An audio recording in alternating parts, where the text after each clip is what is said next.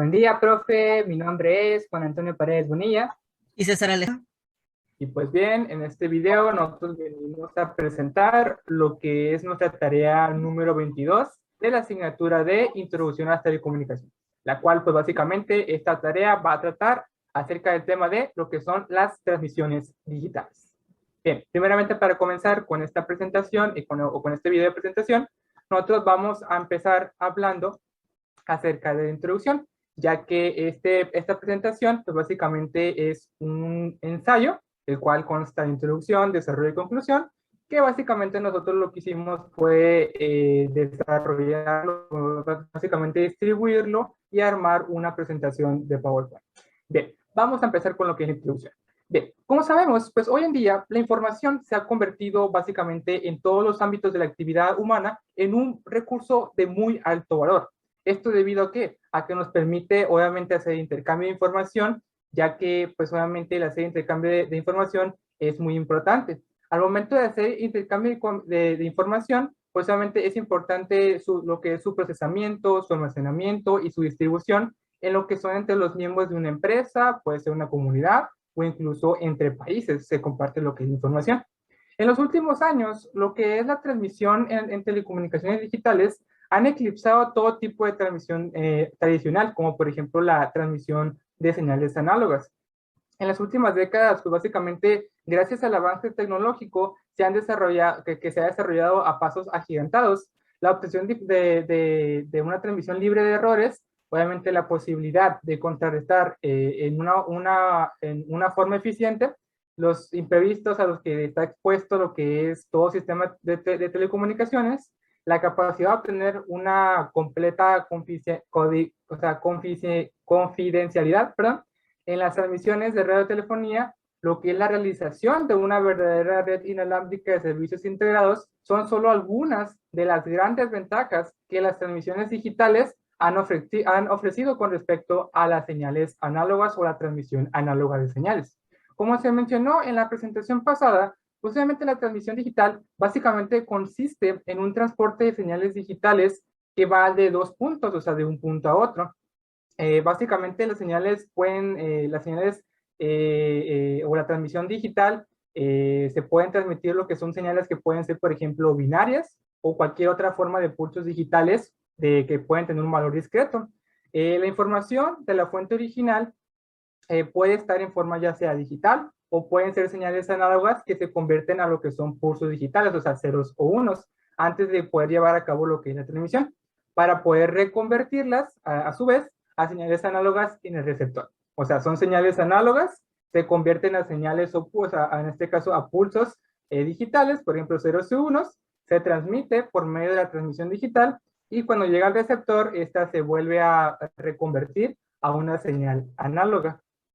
En los sistemas de transmisión digital, justamente es necesario de una instalación física, como básicamente en todos los tipos de transmisiones de señales, como por ejemplo puede ser un cable metálico, un cable coaxial o un cable de enlace de fibra óptica, que, o sea, el de fibra óptica permite transmisión de señales digitales a muy alta velocidad.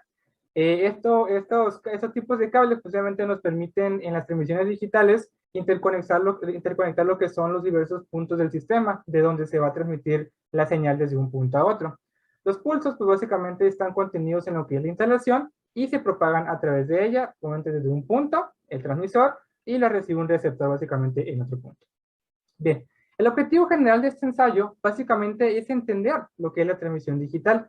En este ensayo vamos a analizar lo que son los diferentes temas, tales como lo que es la modulación de pulsos, modulación por código de pulso, lo que es el muestreo PSM, el rango dinámico, entre muchos otros más que a lo largo de este ensayo y esta presentación vamos a ir viendo detalladamente. Bien, ya una vez explicado lo que es la introducción, ahora vamos a pasar con lo que es el primer tema de nuestra presentación o de nuestro ensayo, que básicamente consisten en lo que son las ventajas y las desventajas de la transmisión digital. Obviamente, vamos a hablar primeramente sobre las ventajas. La primera ventaja que tiene lo que es utilizar lo que son las transmisiones digitales es que la ventaja principal de la transmisión digital con respecto a la análoga es que las transmisiones digitales cuentan con una inmunidad al ruido.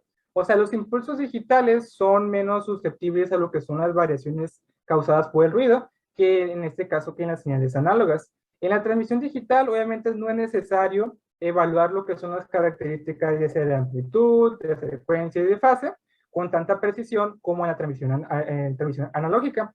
En lugar de ello, pues básicamente lo que se hace es que los pulsos que se reciben se evalúan lo que es durante un cierto intervalo preciso de muestreo y se hace una determinación simple para ver si el pulso está ya sea arriba, o sea, en flanco de subida, o sea, un 1, o si está por debajo del umbral, básicamente. Otra de las ventajas de la transmisión digital es que las señales digitales que se prestan, o sea, que las señales digitales que se transmiten por medio de la transmisión digital, obviamente se prestan para un mejor procesamiento y multiplexado que las señales análogas.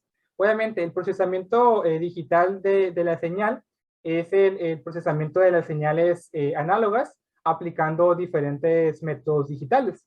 En el procesamiento de señales digitales, obviamente se incluyen lo que es el filtrado, lo que es la igualación y el desplazamiento de fase. La tercera ventaja, perdón, de la transmisión digital, pues básicamente viene siendo que los sistemas digitales de transmisión son mucho más resistentes al ruido que sus contrapartes analógicas. ¿Por qué? ¿Esto por qué sucede? Porque los sistemas digitales usan lo que es la regeneración de señal y no usan amplificación de señal, que eso se utiliza en la transmisión analógica o transmisión de señales analógicas. El ruido básicamente producido en los circuitos de amplificador electrónico es aditivo y en consecuencia la relación de señal a ruido se deteriora cada vez que se amplifica una señal analógica. Así, pues básicamente la distancia total a la que se pueden transportar las señales analógicas está limitada por una cierta cantidad de amplificadores. Por otra parte, pues básicamente los regeneradores digitales lo que hacen es hacer un muestreo de la señal de entrada con ruido y a continuación lo que hacen básicamente es reproducir una señal digital enteramente nueva, con lo que es la misma relación de señal a ruido que la señal originalmente transmitida. He ahí el por qué, obviamente, los sistemas digitales son mucho más resistentes al ruido que obviamente, los sistemas analógicos. La cuarta ventaja de la transmisión digital es que básicamente es más fácil de medir y evaluar las señales digitales. En consecuencia, o gracias a esta ventaja, pues, permite que se haga más fácil lo que es la comparación de la eficiencia de sistemas digitales alternativos con capacidades distintas de señalización e información que en sistemas equiparables análogos. Y la quinta ventaja de la transmisión digital es que básicamente los sistemas digitales se adaptan más para evaluar el funcionamiento con errores.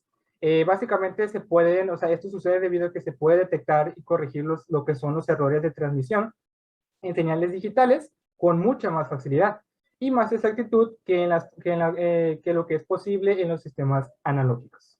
Así como las transmisiones digitales cuentan con una serie de ventajas, también cuentan con sus desventajas. La primera desventaja de la transmisión digital es que básicamente la transmisión de señales análogas codificadas digitalmente requieren, obviamente, de un ancho de banda mucho más mayor que los sistemas de transmisiones de señales análogas. Esa sería la primera ventaja y es una desventaja muy importante a considerar al momento de utilizar las transmisiones digitales. La segunda desventaja de las transmisiones digitales es que básicamente las señales analógicas se tienen que convertir a códigos digitales antes de transmitirlas, o sea, por el medio que se va a transmitir, ya sea por un cable, coaxial o fibra óptica, etc. Y al momento de que se reconvierte esta información a su forma análoga, o sea, pasó de forma análoga a digital y de digital a análoga, en el receptor obviamente se necesita circuitos, o sea, se necesita de circuitos adicionales de codificación y de decodificación, básicamente, ¿no? O sea, debido a que se tiene que convertir esta señal análoga a digital y digital a 3 análoga, pues obviamente las ventajas sería que se requiere de una mayor cantidad de circuitos de codificación y de decodificación.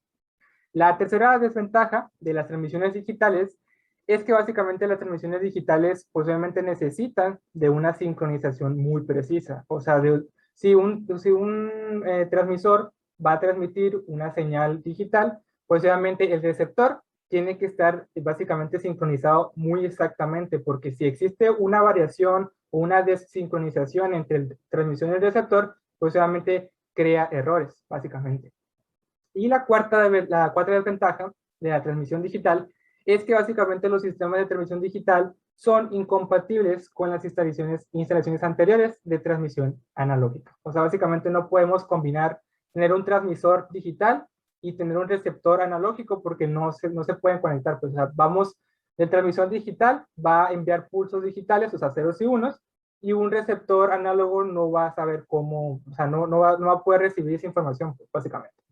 Bien, ya una vez explicado lo que son las ventajas y desventajas de la transmisión digital, ahora vamos a pasar con lo que es el otro tema, que viene siendo lo que es la modulación de pulsos. En la modulación de pulsos, básicamente lo que se incluye son diferentes métodos para lo que es convertir la información a la forma de pulso, para poder así transferir a una fuente o a un destino, básicamente. Existen diferentes métodos de modulación de pulso que se muestran a continuación, que básicamente son 4. El primero es el PWM, que a este método comúnmente se le llama como modulación por duración de pulso, o PDM, que básicamente en inglés viene siendo Pulse Duration Modulation, o también se le llama lo que es la modulación por longitud de pulso, PLM.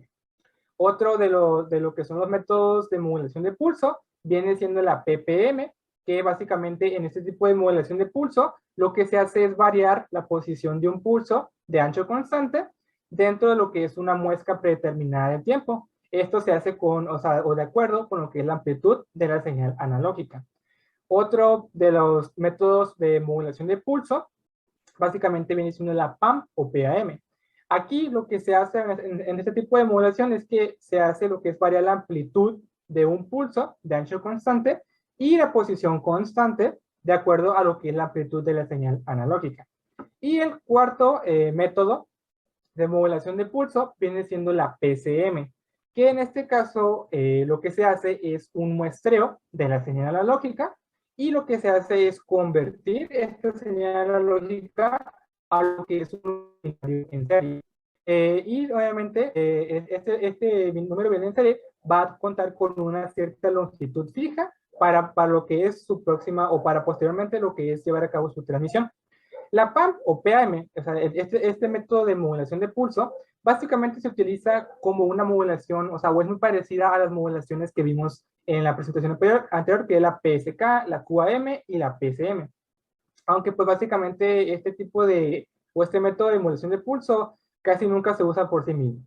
Lo que es la modulación o lo que es el método de modulación de la PWM y PPM, estos básicamente se utilizan en sistemas de comunicaciones con un propósito específico, y la PCM, o sea que es la última o el último tipo de método de modulación de pulso, es con mucho lo que es el método más frecuente que se utiliza de modulación de pulso. Bien, ahora vamos a pasar... Bien, ahora vamos a pasar a lo que es el siguiente tema de esta presentación, que básicamente viene siendo lo que es la modulación por código de pulsos. Bien, la modulación por código de pulsos, o la PCM, que viene siendo el tipo de modulación por pulsos, básicamente, o también se conoce como Pulse Coded Modulation, básicamente fue desarrollada en el año de 1933 por lo que es la empresa AT&T en sus laboratorios de París. Este tipo de modulación o en la creación de este tipo de modulación por código de pulso o PCM se le acredita a lo que es a Alex Asher Rivers de haberla inventado básicamente. El término de modificación por código de pulso es algo equívoco. Esto debido a que, ya que en realidad no se trata de una forma de modulación, sino que realmente lo que se hace es una forma de codificación de fuente. En la PCM, lo que son los pulsos son de longitud y son de amplitudes fijas. Básicamente en un sistema binario en el que la presencia o ausencia de un pulso dentro de una muesca predeterminada de tiempo representa lo que es una condición ya sea de un 1 lógico o un 0 lógico. Lo que son las técnicas PWM, PPM y PAM, que son las que habíamos explicado anteriormente, básicamente son digitales, pero casi nunca son binarias. ¿Esto debido a qué? Debido a que un pulso básicamente no representa a un solo dígito binario o un bit. Para poder comprender un poco mejor cómo funciona lo que es la modulación por código de pulso, vamos a ver lo que es la figura número 2 que tenemos aquí a la derecha en nuestra presentación. La figura número 2 básicamente nos muestra un diagrama de bloques de un sistema PCM de un solo canal o también llamado simplex. El filtro pasabanda, que es el que tenemos aquí, o sea, entre lo que es la señal de entrada o analógica, entra lo que es el filtro pasabandas, que básicamente lo que hace el filtro pasabandas es limitar una frecuencia de la señal de entrada al intervalo de frecuencias de voz, básicamente, que viene siendo desde 300 a 3000 Hz o 3 kHz, básicamente. Posteriormente pasa a lo que es el circuito de muestreo. En el circuito de muestreo y retención, lo que se hace es que muestrea, básicamente, en forma periódica lo que es la señal análoga de entrada y la convierte esas muestras en una señal PAM de varios niveles. Posteriormente, el convertidor analógico, o sea, la señal pasa al convertidor analógico digital o ADC. El convertidor analógico digital lo que hace es convertir las frecuencias PAM en códigos PCM paralelos, que es lo que son los que tenemos aquí, esta línea que tenemos aquí, básicamente, que a su vez solamente se convierten en datos en serie. El convertidor de paralelo a serie, que es el que próximamente aquí llega las señales, en el convertidor paralelo pues, a serie, a continuación salen lo que son la línea de transmisión. Las repetidoras en la línea de transmisión regeneran lo que es la forma periódica de los códigos PCM. En el receptor, o sea, básicamente, el convertidor, de serie paralelo, convierte lo que son los datos de la línea de transmisión en códigos PCM paralelos. Y posteriormente, el convertidor digital análogo o DAC, o sea, lo contrario al otro que era ADC, convierte lo que es el código paralelo PCM a señales PAM otra vez, de varios niveles. El circuito de retención, que es el que tenemos aquí casi a lo último, lo que hace, el circuito de retención y el filtro pasabandas, lo que hacen es regresar la señal PAM a su forma análoga original. Como podemos observar, pues básicamente esta figura número 2 también nos también nos muestra lo que son varios pulsos de reloj y del muestreo que se explicará nuevamente más adelante en esta presentación. Bien, vamos a continuar con el siguiente tema. Bien, ahora vamos a ver lo que es el subtema de la modulación por códigos de pulso, que viene siendo lo que es el muestreo PCM. La función básicamente de muestreo, básicamente, para llevar a cabo lo que es el muestreo PCM, hacer utilización o utilizar circuitos de muestreo, que básicamente la función de un circuito de muestreo en un transmisor PCM es básicamente la de tomar una muestra periódica de una señal analógica de entrada que varía en lo que es en forma continua y lo que hace es convertir esas muestras en una serie de pulsos que se pueden convertir con mucha más facilidad a un código PCM binario. Existen dos técnicas de muestreo PCM. Básicamente es el muestreo natural y el muestreo de parte plana. Primeramente vamos a ver lo que es el muestreo natural. Básicamente, el muestreo natural, obviamente, como podemos observar, se ilustra en la figura número 3 que tenemos aquí a la derecha de nuestra presentación. Básicamente, el muestreo natural consiste o es cuando básicamente se muestrean lo que son las partes superiores de la forma de onda analógica que se muestra y se conserva lo que es su forma natural. Observando la figura número 3, podemos ver que el interruptor que tenemos aquí abajo, o sea, en este caso que es el JFET, tan solo lo que hace es conectar a tierra la forma de onda de entrada, cuando el pulso de muestreo es básicamente alto. Sin embargo, es importante mencionar que cuando es bajo, se permite que la señal de entrada pase inalterada por el amplificador de salida y esta a su vez va a hacer que llegue a la entrada del convertidor analógico digital. Esta básicamente es la función de nuestro circuito de la figura número 3 que tenemos aquí arriba, la 3A. Y la figura 3B, que es la que tenemos aquí abajo, pues básicamente esta figura nos muestra lo que es la forma de onda de una señal con muestreo natural que pues básicamente sale de aquí, de este circuito de arriba. El muestreo natural, básicamente, en el muestreo natural, básicamente, el espectro de frecuencias de la salida muestreada es completamente diferente al de una muestra ideal.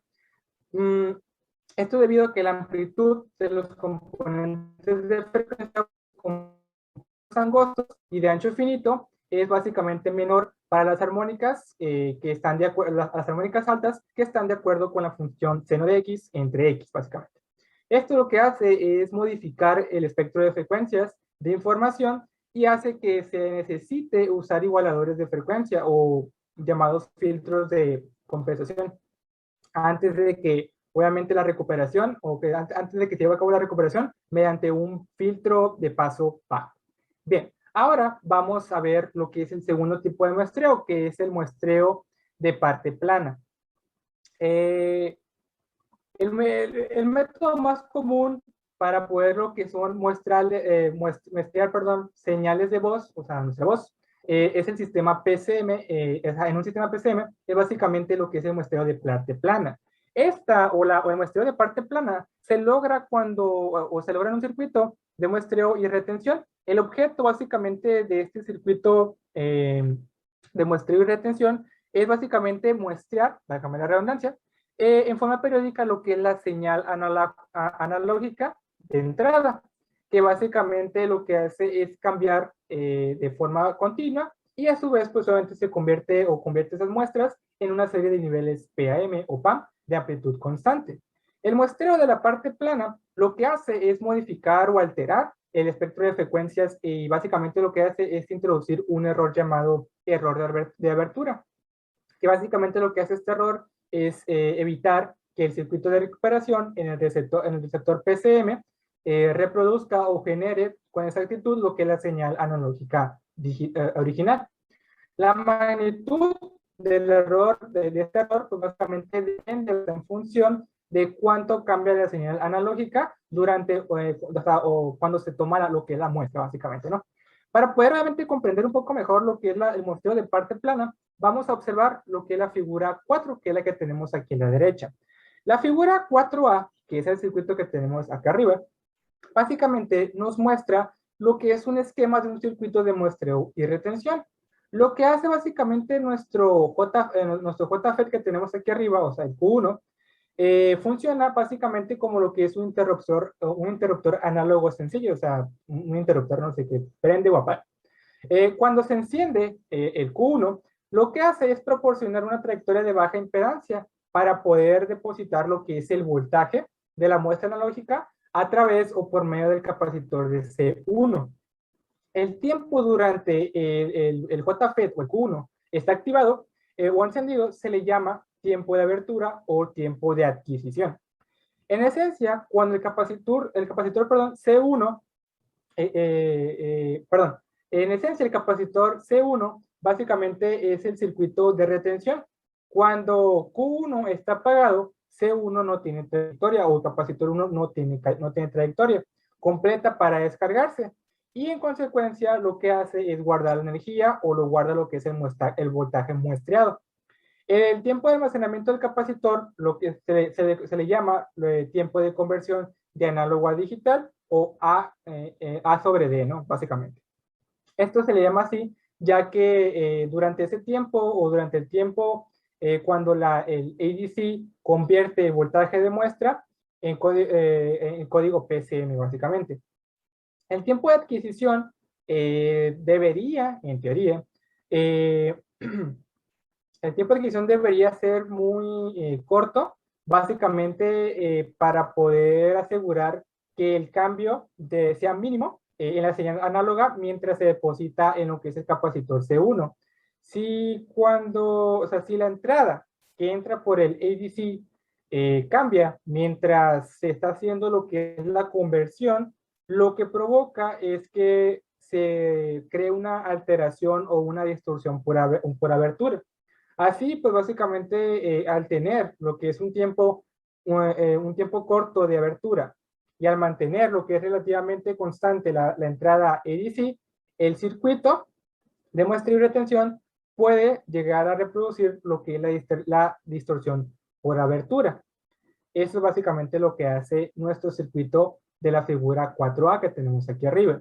La figura 4B que tenemos aquí abajo, básicamente lo que nos muestra es una señal analógica de entrada, en donde el pulso de muestreo y la forma de onda se desarrolla a través de lo que es el capacitor C1. Es importante mencionar que la impedancia de salida del seguidor de voltaje de Z1 y la resistencia de Q1 o el JFET activado sean, o sea, es importante que sean básicamente más pequeñas, lo más pequeñas posibles. Esto, o sea, si aseguramos que nuestra impedancia de Q, nuestra resistencia, nuestra resistencia en Q1 sea lo más pequeña posible, con esto lo que básicamente hacemos es asegurar que la constante de tiempo RC o resistencia del capacitor de carga del capacitor, pues básicamente se mantenga muy corta y obviamente esto permite que el capacitor se cargue o se descargue con una rapidez durante el corto tiempo de adquisición, básicamente. La caída rápida de voltaje del capacitor inmediatamente después de cada pulso de muestra se debe básicamente o sucede debido a la redistribución de la carga a través del capacitor C1. La capacitancia entre lo que son los electrodos de compuerta y dren del JFET o del capacitor JFET se ponen en serie básicamente con lo que es el capacitor C1. La capacitancia o sea, se pone en serie con lo que es el capacitor C1 y esto sucede cuando el voltaje del JFET está apagado. Y así funciona básicamente, o esto permite que funcione como una red capacitiva divisora de voltaje. También es importante ver en esta figura, o la 4B, que la descarga gradual del capacitor durante un tiempo de conversión se le llama lo que es pérdida y se debe obviamente a que el capacitor se descarga a través de su propia resistencia de fuga y la impedancia de entrada del seguidor de voltaje Z2. Bien, ya una vez explicado lo que es esta figura número 4, de habiendo explicado los dos tipos de muestreo, vamos a pasar con lo que es el siguiente subtema de la modulación por código de pulso, que viene siendo básicamente la frecuencia de muestreo. Perdón. Bien. El teorema de muestreo de Nisquith, que ese teorema ya lo habíamos visto en la presentación pasada, establece básicamente que la frecuencia mínima de muestreo, o también se conoce como Fs o F, se puede usar en un determinado sistema PCM. La frecuencia de muestreo la frecuencia de muestreo mínima de Nisquith se calcula con la siguiente ecuación, que viene siendo Fs, que recordémonos que Fs viene siendo la frecuencia mínima de muestreo de Nisquith, que se da en Hertz, que es mayor o igual a 2 veces lo que es FA. FA viene siendo lo que es la máxima frecuencia que se debe muestrear, que esta se da en Hertz. Es importante mencionar que si Fs, o sea, la frecuencia mínima de muestreo de Nisquith, es menor que FA, lo que pasará es que se va a generar lo que es una distorsión. A esta distorsión se le conoce como distorsión por alias o por doblez en la imagen, básicamente.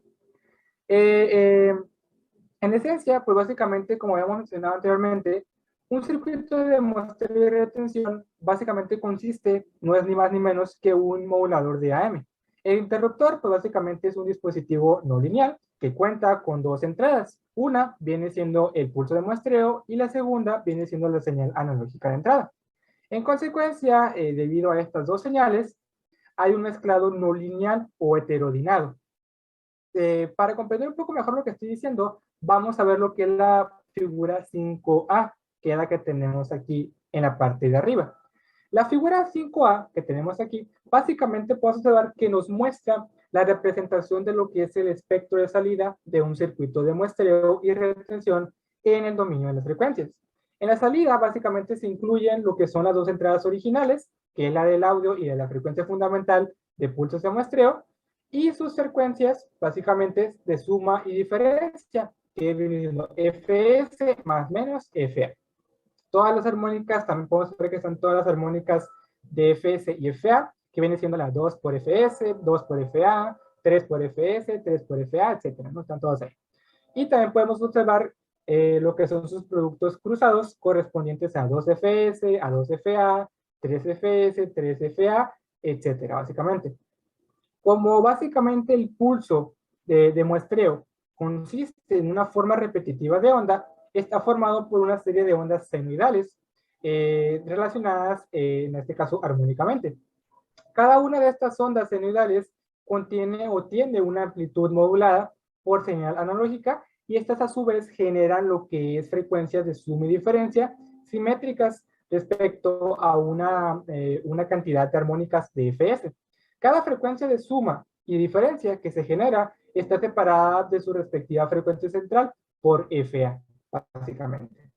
Mientras Fs sea menos del doble que Fa, como habíamos dicho anteriormente, ninguna de las frecuencias laterales de alguna armónica entrarán a lo que es las bandas laterales de otra armónica, y esto, y básicamente no sucede lo que es el alias, que es el error que habíamos dicho anteriormente, que si Fs es menor que Fa, se produce lo que es la distorsión por alias, pero aquí no sucede básicamente.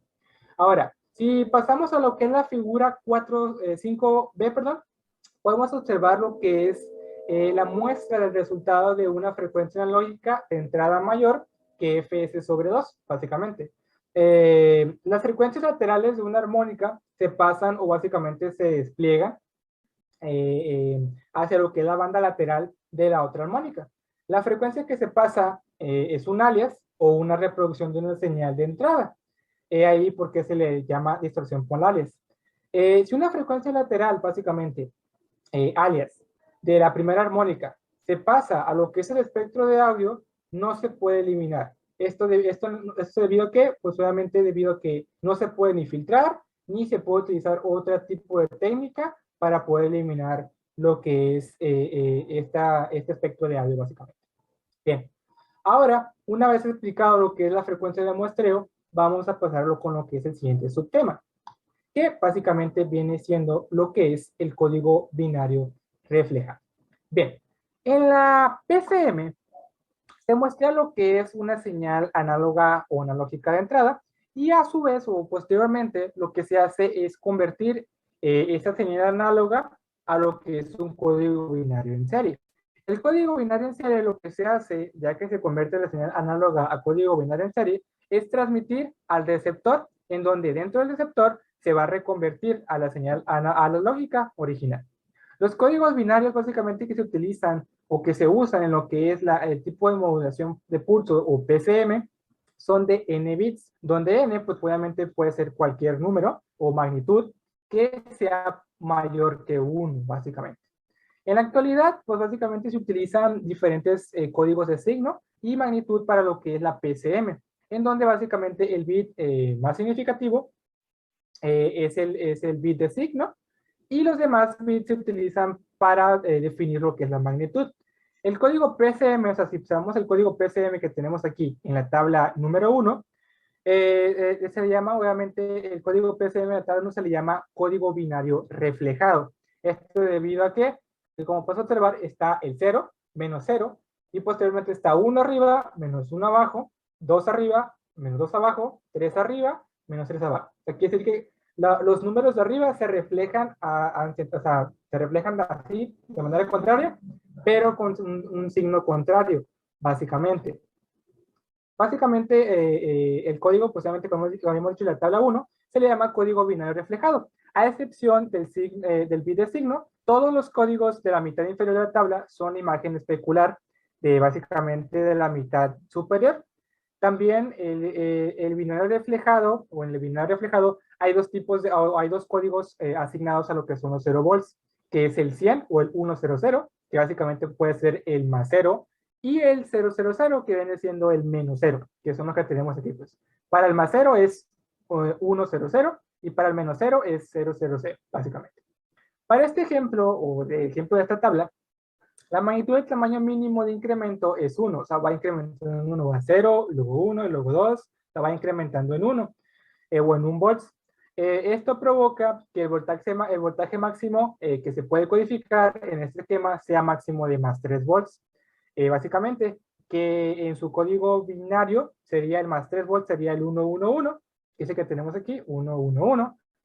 Recordemos, el primer signo o el signo más significativo es el que define el signo. Si es un 1, es positivo, si es un 0, es negativo. Y los dos signos que quedan, o los dos bits que quedan, definen lo que es la magnitud de básicamente el número. Básicamente, si la magnitud de la muestra es mayor que el intervalo máximo de cuantización, se presenta lo que es la distorsión por sobrecarga, que también es conocida como limitación de pico.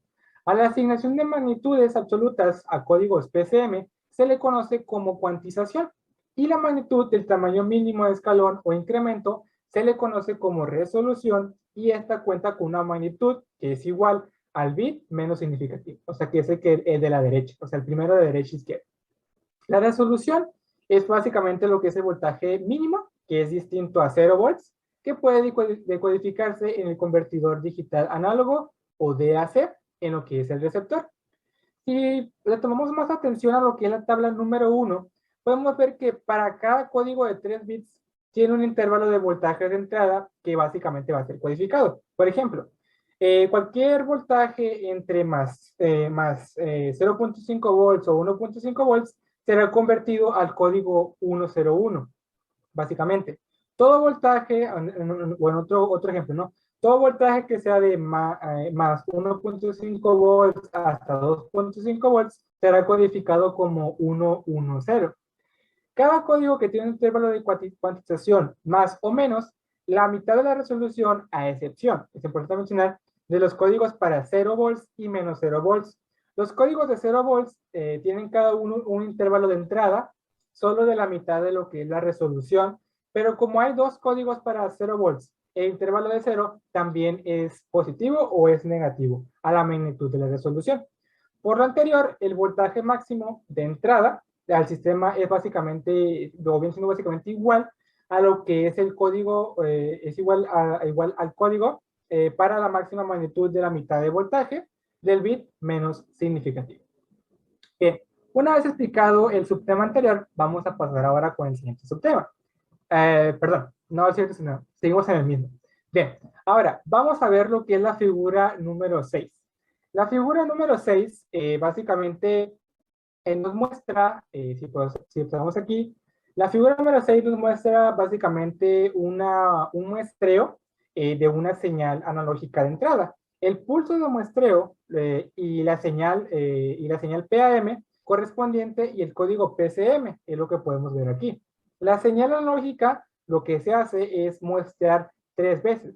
Los muestreos vienen siendo esto, T1, T2 y T3, básicamente. La primera muestra es el T1, como hemos dicho. El T1 es donde el voltaje analógico es exactamente 2 volts. O sea, si podemos observar aquí, T1 básicamente 2 volts. Esa es la primera muestra. El código PCM, básicamente corresponde a esa muestra de 2 volts positivo, viene siendo, como podemos observar, el 110, básicamente. La muestra 2, que es el T2, podemos observar que el código PCM, lo vamos a hacer de menos 1. Aquí está, menos 1. Y el código PCM para esa muestra T2 es básicamente 001.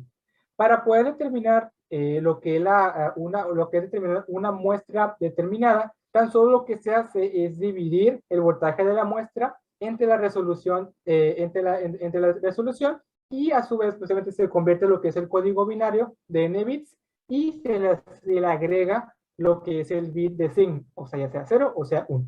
Para la muestra 1, el bit del signo es básicamente 1, porque es positivo, e indica que el voltaje es positivo, como hemos dicho. El código de la magnitud básicamente es 1, 0, y corresponde a un binario o a un 2 binario básicamente. 2 por 1 o por 1 volt es igual a 2, que es la magnitud de la muestra. Como puedes observar, la muestra 1 son 2 volts. La muestra 3, que es la T3, se toma cuando el tiempo es t igual a 3, que es el que tenemos aquí. En este momento el voltaje es de 2.6 volts, que es lo que tenemos aquí básicamente. Aproximadamente, no exactamente. El código PCM reflejado para 2.6 volts es básicamente, está entre el 111 y está entre el 110. O sea, no hay código para esa magnitud porque está intermedio. Si se usan lo que son convertidores o conversiones análoga a digital de aproximación sucesiva, se redondea lo que es la magnitud de la muestra hasta el código válido más cercano. Entonces, ¿cuál es el más cercano? De 2.6 está más cerca del 3, entonces se redondea a 1, 1, 1. O sea, como no existen códigos intermedios entre el 2 y el 3, como el 2.6 está más cerca del 3, por así decirlo, se redondea y se le asigna un código PCM a la muestra 3 de 1, 1, 1, básicamente. Esto o el hacer ese tipo de redondeo es bueno y malo a la vez. Bueno porque le das un código PCM, pero malo porque se genera un error cuando se reconvierte lo que es el código analógico en el DAC del receptor.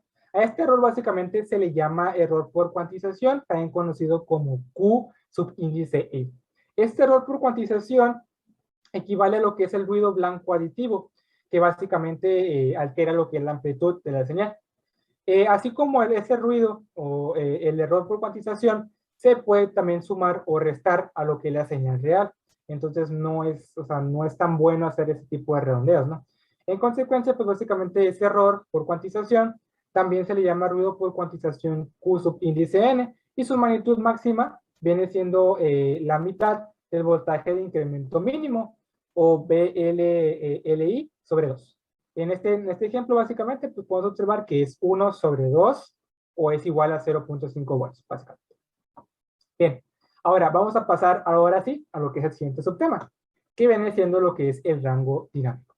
El rango dinámico, por sus siglas DR, o sea, Dynamic RAM, o en este caso, es básicamente lo que es la relación de amplitud máxima posible que existe entre la mínima posible, que puede ser el decodificador de DAC.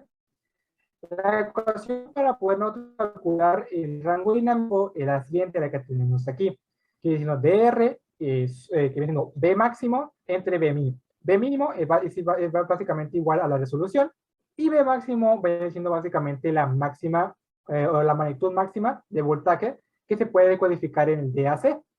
Entonces, si sabemos que que B mínimo es igual a la resolución y B máximo es igual a la magnitud máxima de voltaje que se puede codificar en el DAC, esta ecuación se puede convertir a esta ecuación, que viene siendo el rango dinámico, que es igual a B max o B voltaje máximo entre la resolución.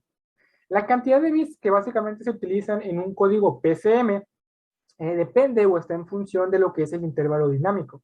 Con un código PCM de, por ejemplo, 2 bits, la magnitud mínima decodificable tiene una clave binaria 0,1, básicamente. La magnitud es de 1,1. La relación de códigos binarios máximo a mínimo es básicamente de 3. Y este pues viene siendo igual que el intervalo dinámico, ya que el código binario mínimo siempre es 1. El intervalo dinámico no es más que el número binario máximo para un sistema, básicamente.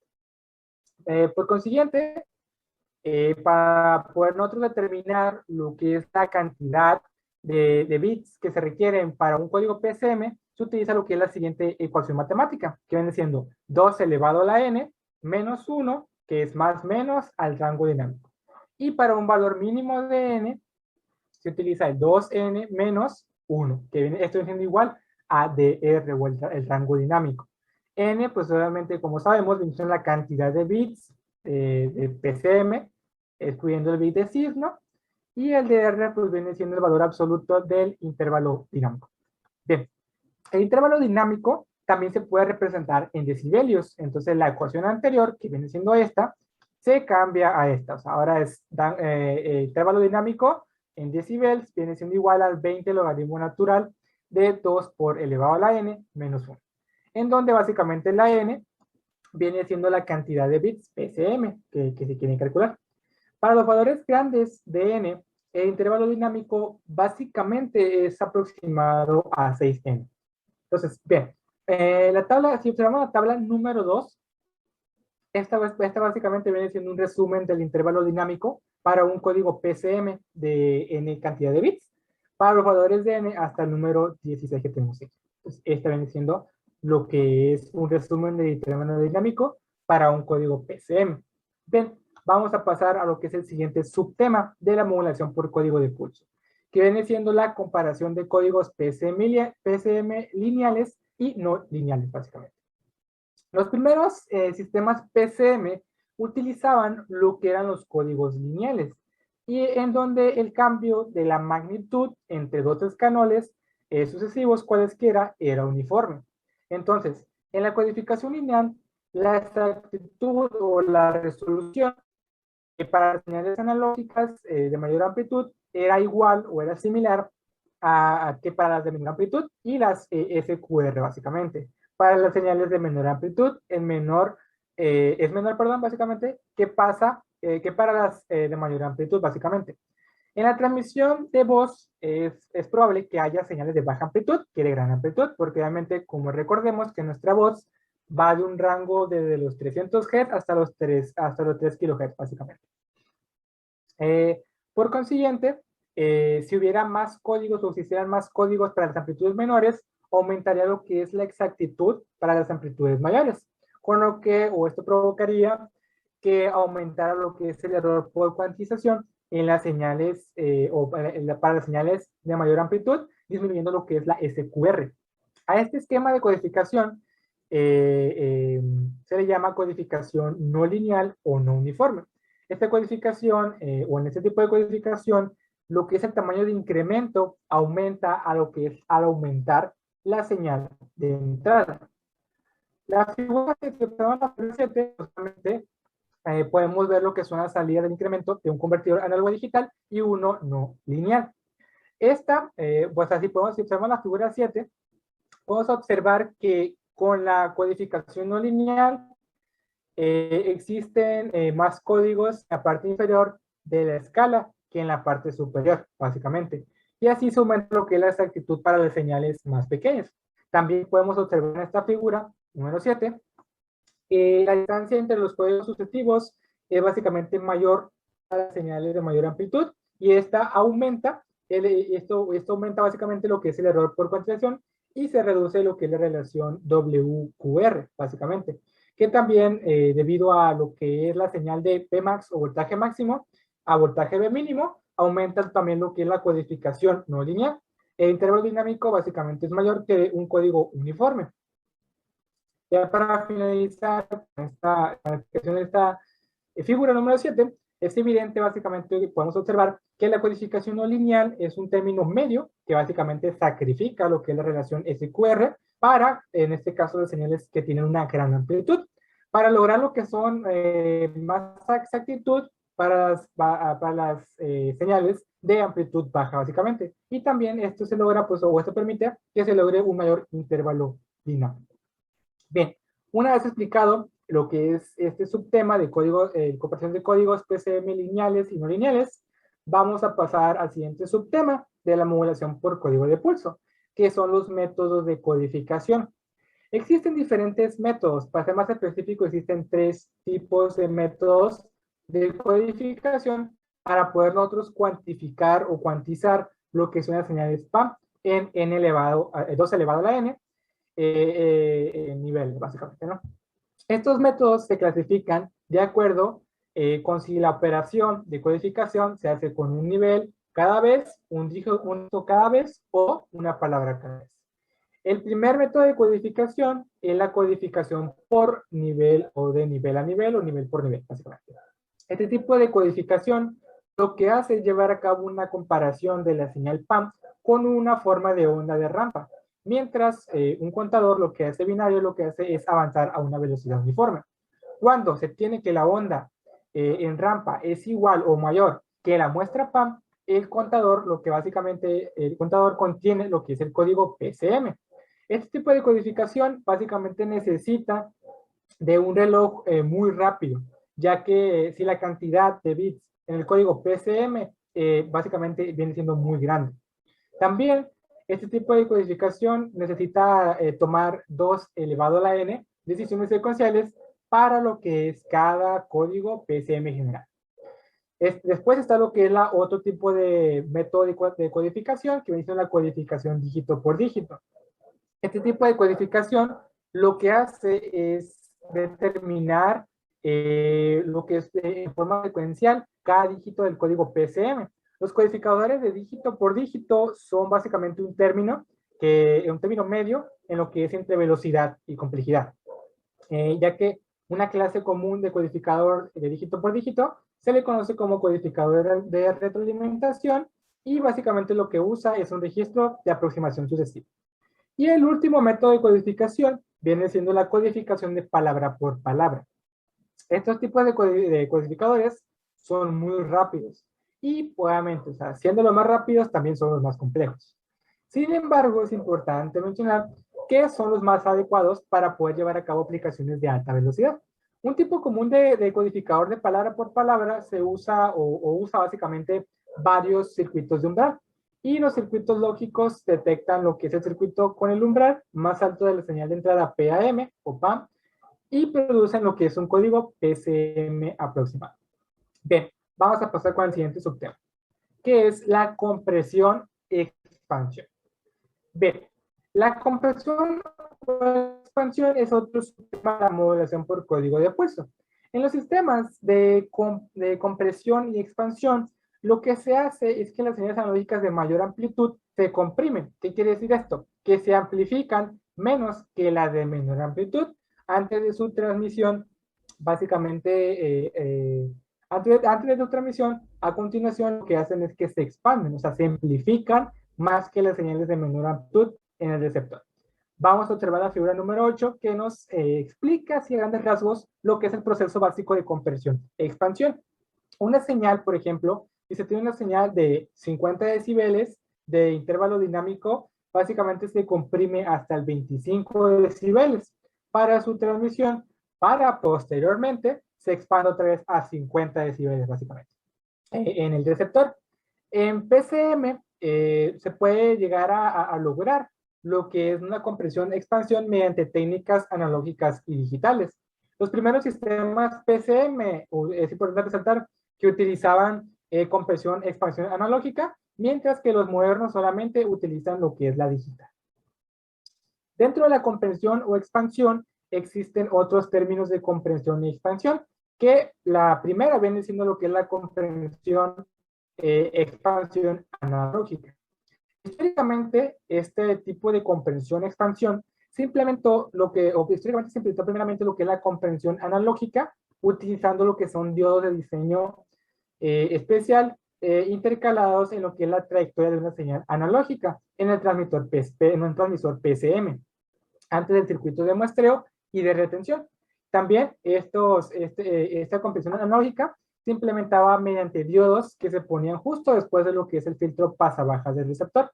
Para entender un poco mejor lo que es la compresión y expansión analógica, vamos a ver la figura número 9, ya la que tenemos aquí.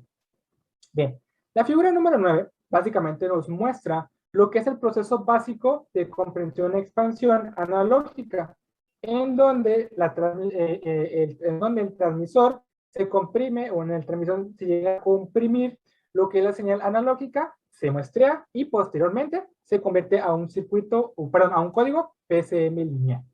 En el receptor, el código PCM lo que hace es que se convierte en una señal PAM y posteriormente se filtra y finalmente lo que se hace es expandirla, regresando a sus características de amplitud original de entrada.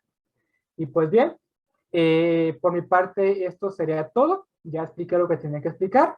Ahora le voy a pasar la palabra a mi compañero César para que continúe con esta video presentación.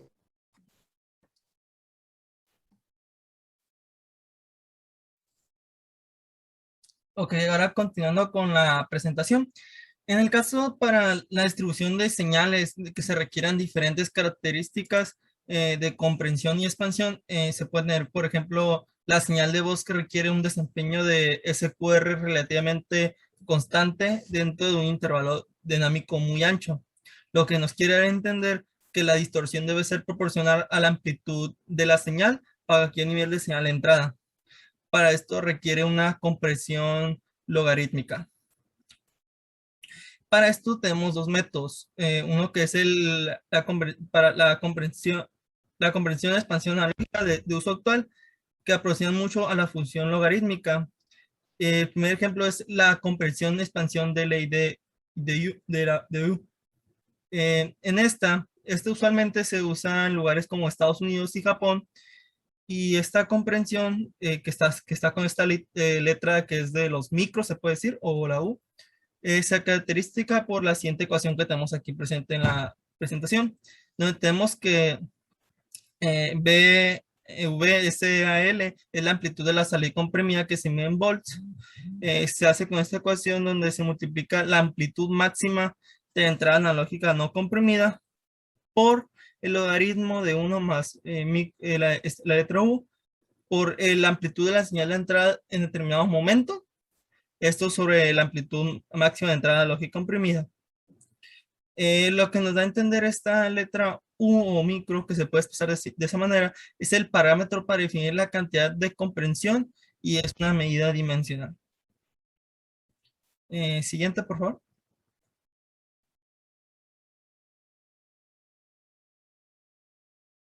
En la figura que tenemos aquí al lado de la presentación, nos muestra la comprensión de varios valores de la amplitud de la señal de entrada determinada. Es del parámetro para definir la cantidad de compresión. Podemos notar que en esta imagen, mientras mayor es el valor de esta letra, la comprensión es mayor. Este puede ser desde un valor desde 5 hasta 255, como se muestra en la figura. Se puede también notar que cuando el valor de esta es igual a 0, la curva es totalmente lineal. Este parámetro también nos ayuda para tener el intervalo de potencia en el cual la relación de SQR es relativamente constante a la transmisión de voz que se requiere en un intervalo dinámico que usualmente va entre los 40 dB y un mínimo y un código de PSM que usualmente es de 7 bits. En el caso de la relación de SQR relativamente es constante y un intervalo dinámico, que usualmente, como he mencionado, va entre los 40 decibeles. El segundo método que usualmente nos topamos con él es el de la comprensión y expansión de la ley de A. Esta, por su parte, se utiliza en parte en Europa y se ha establecido del uso de la comprensión y la expansión de la ley para aproximar el proceso logarítmico verdadero. Así lo determinan ellos. Esto nos da a entender que para cada determinado intervalo dinámico, la comprensión y expansión de la ley A tiene un SQR un poco más plano que la comprensión y expansión de ley de U.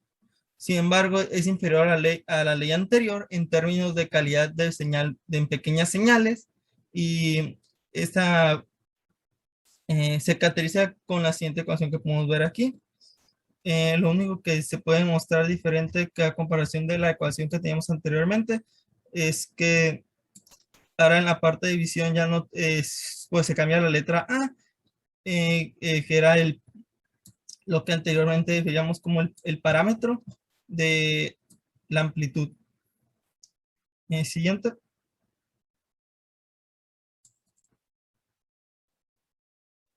Ahora seguimos con lo que es la comprensión y expansión digital. La compresión y expansión digital implica comprimir el lado de la transmisión después de haber convertido la muestra de entrada de un código PSM lineal, y comprimir el lado del receptor antes del codificador con PSM. En la figura que tenemos aquí abajo se aprecia el diagrama de bloques de un sistema PSM comprendido y expandido digitalmente. También podemos ver que en esta figura se muestra cómo se convierte una señal analógica a un código lineal, podemos ver que pasa la entrada analógica por el filtro pasabandas, como se muestra en la imagen. Luego, posteriormente, el código lineal se comprime en forma digital. En el lado de la recepción se recibe un código PSM, que ahí donde dice PSM lineal paralela, donde sucede esto. Se expande y después se decodifica. Los sistemas muy recientes de estos de PSM usualmente usan un código lineal de 12 bits y un código comprimido de 8 bits. Este proceso de compresión y expansión se parece mucho a una curva de comprensión analógica de U, donde sus valores máximos, que he dicho anteriormente, pueden estar hasta 255. Esto hace que se aproxime o se parezca mucho a la curva con un conjunto de 8 segmentos rectilíneos, o sea que van de 0 a 7. La pendiente de cada segmento sucesivo es exactamente a la mitad de la anterior. Siguiente.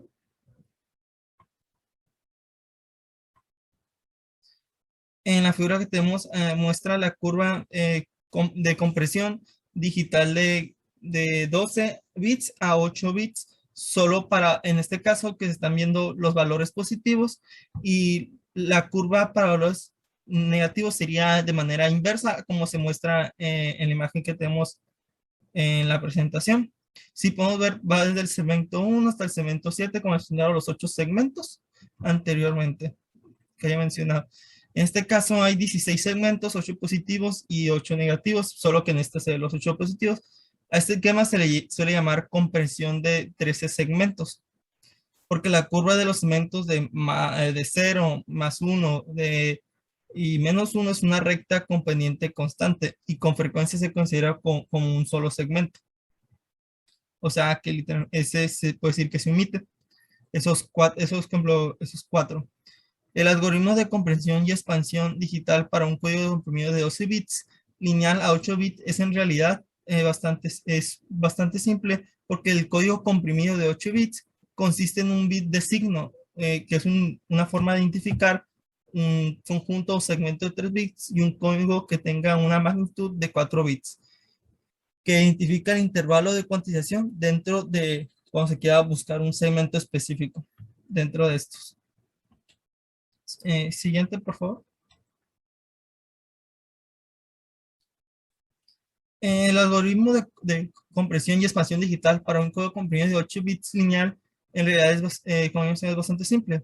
Esto lo podemos ver en la imagen que tenemos en la figura 13, donde podemos ver la compresión y expansión digital de OCS formado en un código comprimido de U255 a 8 bits.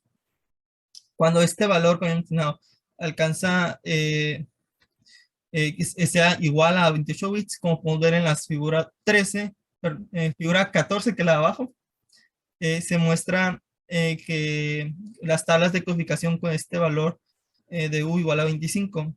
En este caso se mueven las posiciones de bits designados con X durante la comprensión y en consecuencia se pierden los bits designados a cada grupo, que son de, como podemos ver, de A, B, C y de las 4 letras. Y se transmite tales como son. También el bit de signo se transmite tal cual es, si es positivo o negativo respectivamente. Para los segmentos que son del 0 y al 1, como podemos ver ahí, se duplican exactamente los 12 bits en la salida de los decodificadores. Mientras que para el segmento 7, que vendría siendo el último, solo se recupera los 6 bits más significativos, como podemos ver ahí, que tenemos que en el primer caso tenemos la S, el 1, A, B, C, D, que dan los 6 que se recuperan y los restantes están marcados con una X. Como hay, en este caso, como tenemos 11 bits de magnitud, hay 248 códigos posibles. Hay en el segmento del 0 y el 1, 16 códigos. En el segmento del 2 hay 32 y del 3 hay 64. Podemos ver que va aumentando el doble progresivamente. Ya después de esto, cada segmento sucesivo que comienza después del segmento 3 tiene el doble de códigos que el anterior. En cada uno de los 8 segmentos del 0 al 7 solo se pueden recuperar 16 códigos de bits. En consecuencia, en los segmentos primeros, que son el 0 y 1, no hay comprensión. En lo que esto hace que los 16 códigos posibles se puedan recuperar de los 16, se pueden recuperar 16 de los 16 posibles. En el segmento 2 hay una relación de comprensión de 2 a 1, o sea que, como hemos quedado anteriormente, ahí vamos a tener un total de 32 códigos posibles de transmisión y 6 códigos posibles que se pueden recuperar. Y en el segmento 3, como ya me he dicho, tendríamos una relación de 4 a 1, porque de los 64 que puede haber, solamente vamos a poder recuperar 16 posteriormente. y la relación esta que vamos teniendo por cada uno de los segmentos se va a ir duplicando hasta que tengamos que, por ejemplo, en el segmento 17 la relación de comprensión sería de 1024. La podríamos obtener sacando 1024 en 16 para que son los 16 bits recuperables, o sea, tendríamos una relación de 64 a 1. En estos casos, ¿le puedes dar el siguiente, por favor? En estos casos, el proceso que se conoce como compresión se hace como se muestra en la señal analógica y se convierte en un código signo que llega a tener una magnitud de 12 bits lineales. El bit de signo pasa en forma directa al código de 8 bits. El segmento se determina contando la cantidad de ceros delanteros o ceros a la izquierda, los ceros que tengamos más de este lado, para determinar el valor del signo. Es la parte correspondiente de la magnitud de 11 bits, que comienza con el bit más significativo. Esto posteriormente se resta de la séptima la cantidad de ceros a la izquierda, que estos números no deben ser un mayor a 7. El resultado del número del segmento que se convierte en un número binario de 3 bits y se sustituye como identificador al segmento de código de 8 bits. Los 4 bits de magnitud que conocíamos que se mostraron en las tablas que eran A, B, C y D son intervalos de cuantización y se sustituyen en los 4 bits menos significativos del código comprimido de 8 bits, que era los códigos comprimidos era lo que nos mostraba al lado posterior de la tabla derecha que teníamos en la imagen anterior. Esto nos da a entender que en los que son los segmentos 2 a 7 subían en pequeñas regiones más pequeñas que los segmentos que teníamos. Se pueden decir que son son subsegmentos. Estos serían un total de 16 subsegmentos que corresponden a las 18 condiciones que pueden tener los valores de A, B, C, D, que pueden ser de 0, 0, 0 o al 1, como si contáramos de binario del 0 al 15. Siguiente diapositiva, por favor. En estos casos estamos viendo lo que son los grupos de segmentos del 7, del 5 y del 2. En este caso, pues en el caso del segmento 2, hay 2 códigos de subsegmentos, 2 divisiones. En el segmento 3 hay 4 y la cantidad de códigos por subsegmento se duplica en el segmento que siga posterior al que se esté en ese momento. Esto genera que en el caso del segmento 7 tengamos un total de 64 subsegmentos, no, 7 subsegmentos para 64 códigos. Esto nos da a entender que, pues, que en estas tablas que podemos tener aquí, la descomposición de los segmentos y sus segmentos para el caso de las regiones 2, 7 2, 5 y 7, de cada subsegmento, los códigos de 12 bits producen una vez comprimidos y expandidos un solo código de 12 bits, como se muestra en las pantallas, que el código sería lo que podemos ver en la segunda hilera, que sería donde dice el código expandido de 12 bits, y así respectivamente en cada uno de los segmentos que se tiene ahí. Siguiente, por favor.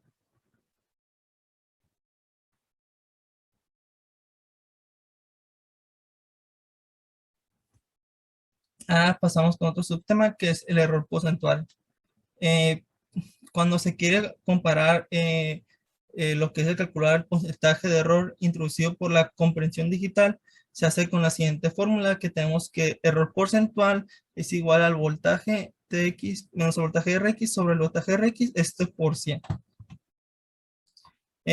Hay varias, esa sería la forma de conseguirlo. Hay varias formas de que se puede hacer la comprensión de 2 a 8 bits y expansión de 8 bits con compensarlo, pero el método más sencillo y más económico es con una tabla consultada en la ROM, o que sería como la memoria solo de lectura. Esto nos entiende que cada función efectuada por un codificador, un decodificador PCM, se hace con un solo chip de circuito integrado llamado codec. Pasando al siguiente subtema sería los codificadores de voz. Cuando se ocurren procesos de codificación o de codificación o decodificación de PCM se describen en las secciones anteriores. Se ocupaban principalmente de producir formas de onda con mayor exactitud posible.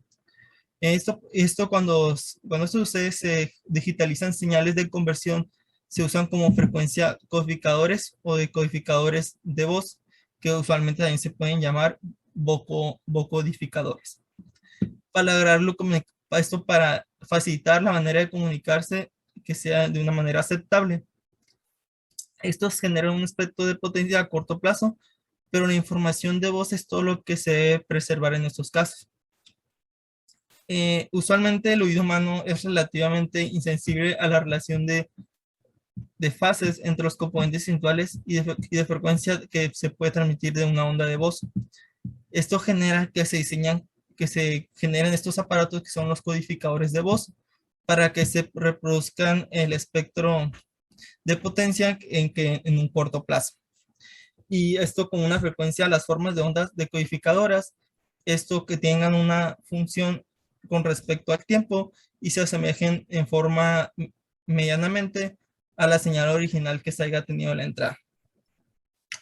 Los codificadores de voz no pueden usar en muchas aplicaciones, ya que hay otras señales además de la de voz, por ejemplo, las señales de salida de los módems de datos en banda de voz o diferentes. Por eso los codificadores de voz suelen producir habla de sonido no natural.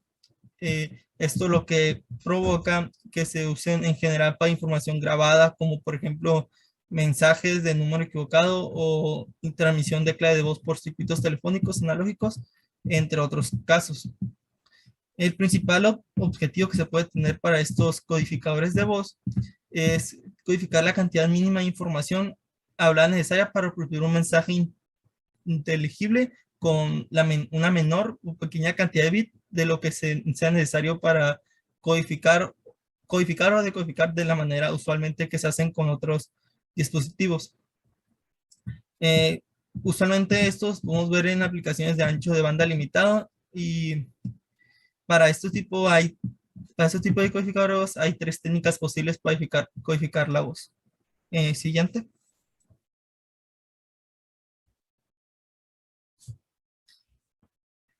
El primero que nos encontraremos con él es el codificador de voz de canal. El primero de estos fue desarrollado por Hornet Dulles en 1928. Este aparato comprimía las formas de onda de conversión convencional en una pequeña señal analógica con un ancho aproximado de 300 Hz. Estos codificadores actualmente son superados por mucho, pero los codificadores digitales de canal usan filtros pasabanda para superar la forma de onda de voz en subbandas más angostas. Cada subbanda se rectifica de onda completa y se filtra a continuación y se codifica digitalmente. La señal codificada se transmite al receptor con destino donde se haya decodificado originalmente. Esto permite que, en términos generales, la calidad de la señal de la salida de uno de estos codificadores es bastante mala por el tamaño con el que trabajan su señal analógica con el ancho aproximado que tiene. La otra técnica sería el codificador formante de voz, en el cual es que un codificador formante de voz aprovecha de la densidad espectral del corto plazo de señales de voz. Casi nunca se distribuye uniformemente por parte del espectro de la banda de voz, que usualmente va entre los 300 hasta los 3000 Hz, ese ancho que tiene de trabajo. En lugar de ello, esto hace que el espectro de potencias de la mayor parte de la energía de voz se concentre en 3 o 4 frecuencias máximas, llamadas formantes. Esto hace que un codificador formante tan solo determina el lugar de esos máximos y codifica y posteriormente transmite esta información con los componentes a corto plazo más importantes. Por esto, los codificadores de formantes de voz pueden trabajar a menores frecuencias de bits y requieren entonces un menor ancho de banda. El otro de estos sería, la otra técnica sería los codificadores predictivos lineales. En este caso, un codificador predictivo lineal extrae las partes más importantes de la información de voz en forma directa de la forma de onda funcional del tiempo, más que el espectro de las frecuencias, como es el caso de de los otros dos ejemplos. Un codificador predictivo lineal produce un modelo variable en el tiempo de la excitación del tracto vocal y de la función de transferencia. Esto hace que directamente la forma de la onda de voz. Estos serían las tres técnicas de lo que es los codificadores de voz, que son la voz de canal, el formantes de voz y predictivos lineales. Siguiendo con el siguiente subtema sería la velocidad de PCM de la línea.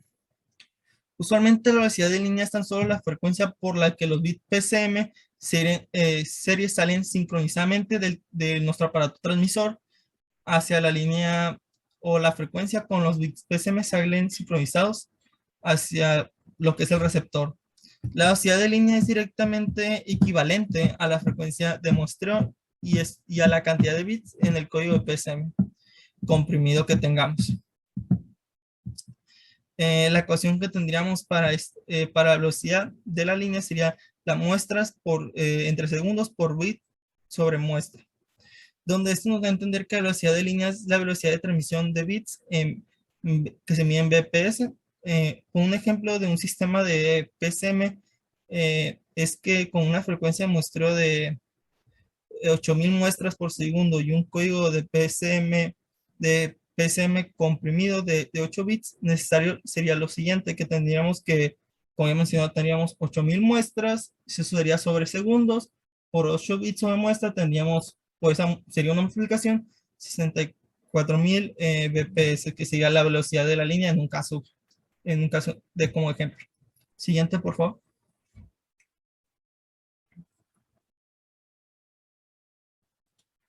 Ahora con el siguiente, pasando al siguiente tema, el PCM de modulación delta. En la modulación delta se usa un código PCM de un solo bit para lograr la transmisión digital a las señales de las señales analógicas. En el PCM convencional, cada código es una representación binaria, tanto del signo como la magnitud determinada de la muestra. Por consiguiente, se requieren códigos de varios bits para representar múltiples valores que pueden tener una muestra.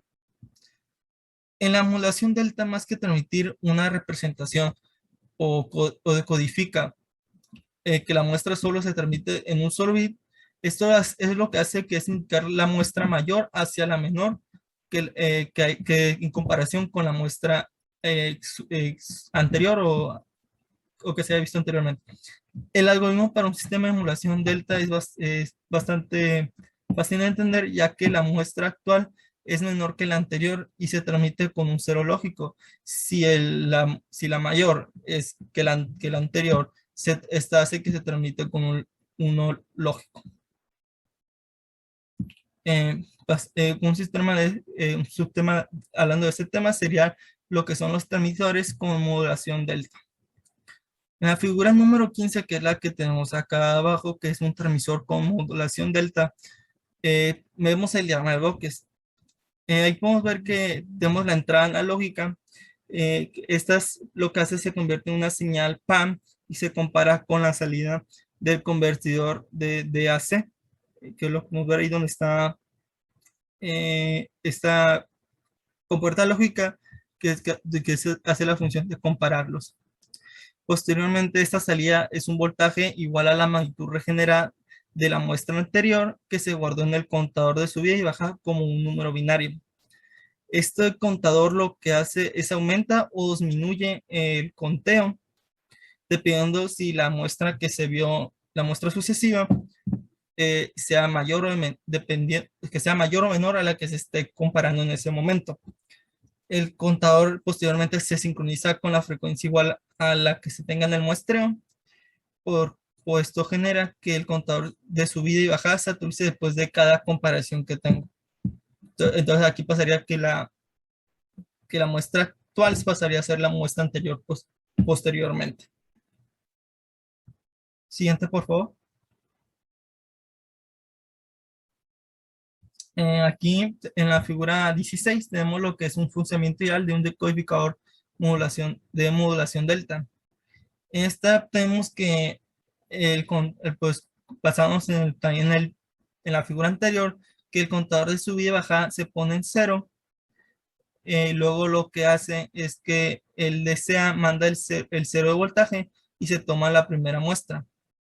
Esta hace posteriormente que se convierta en una señal con una condición de un 1 lógico, sería de un voltaje positivo, e indica que la muestra actual tiene mayor amplitud que la anterior.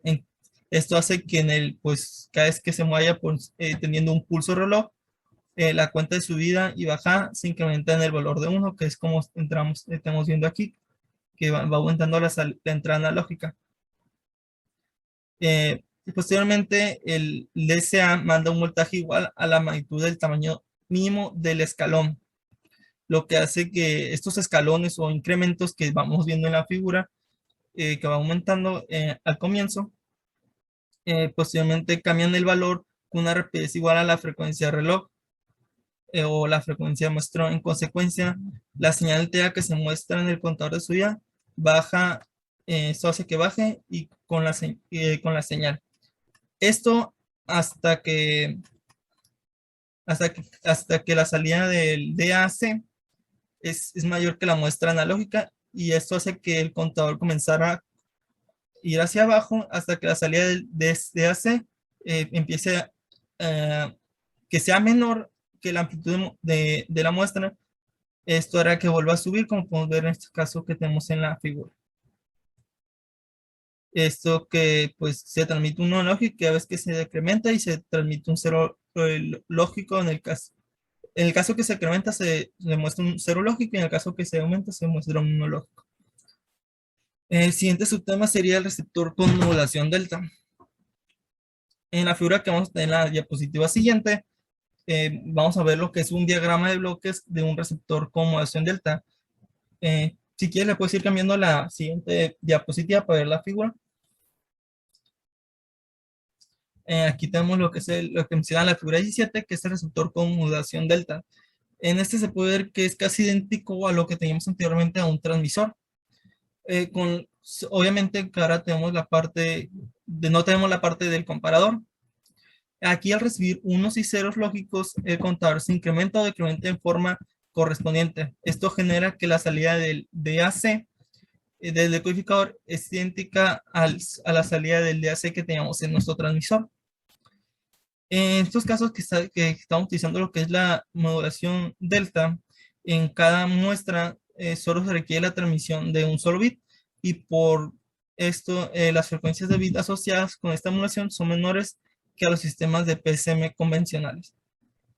Esto también genera que a la hora de la modulación delta tengamos un pequeño percance, que sea que no se representa con la PSM convencional, lo que es la sobrecarga dependiente y ruido granular.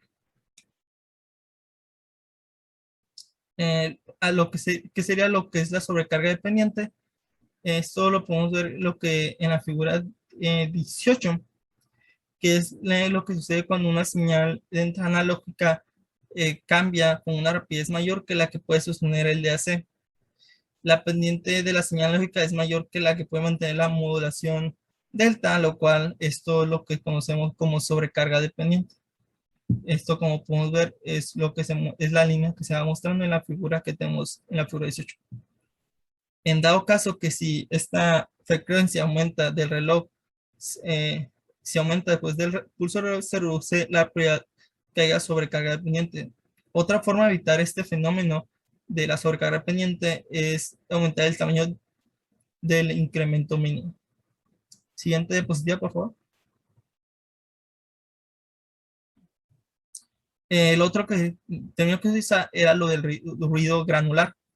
Esto lo podemos ver en la figura 19. Aquí podemos ver la diferencia entre las señales originales y la reconstruida que se tiene. Esto con la modulación delta que estamos viendo. Se aprecia que cuando una señal analógica original de entrada tiene una amplitud relativamente constante, la señal reconstruida tiene variaciones que no había en la señal original. Esto se le llama ruido granular a este fenómeno de las variaciones. En la modulación del ruido granular es análogo al ruido de cuantización del PSM convencional. Lo que sucede con el ruido granular es que se puede reducir disminuyendo el tamaño del escalón o, en dado caso, para reducir este escalón se necesita una resolución que sea algo pequeña para reducir la posibilidad de que se presente una sobrecarga de la pendiente en la pendiente. Se necesita una resolución un poquito mayor a la que se tiene en ese momento.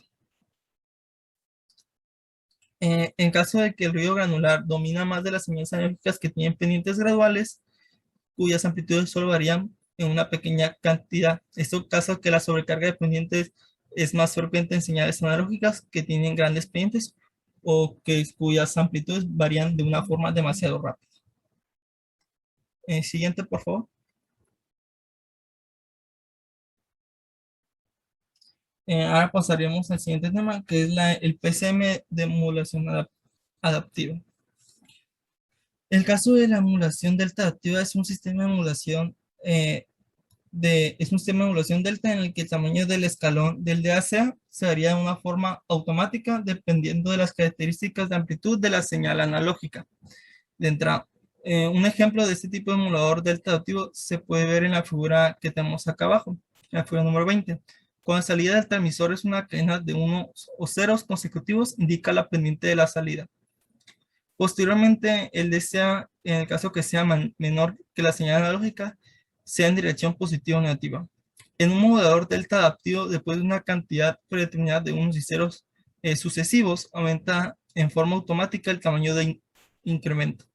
Después de la siguiente muestra, si la amplitud de la salida del DCA sigue siendo menor que la muestra que se muestra, aumenta en la siguiente escalón que se tenga. Esto quiere decir, por ejemplo, si nos vamos lo que es dentro de la figura, cuando después de que pensamos que en un escalón de que es la muestra anterior, si la amplitud está haciendo así menor, aquí en este caso donde tenemos la curva, después donde dice señal analógica reconstruida, esto se hace que que se aumente en el siguiente escalón, que como vemos que aquí baja y luego vuelve a subir, todavía más hasta que al final la amplitud de la señal del DCA siga siendo al alcance de la señal analógica.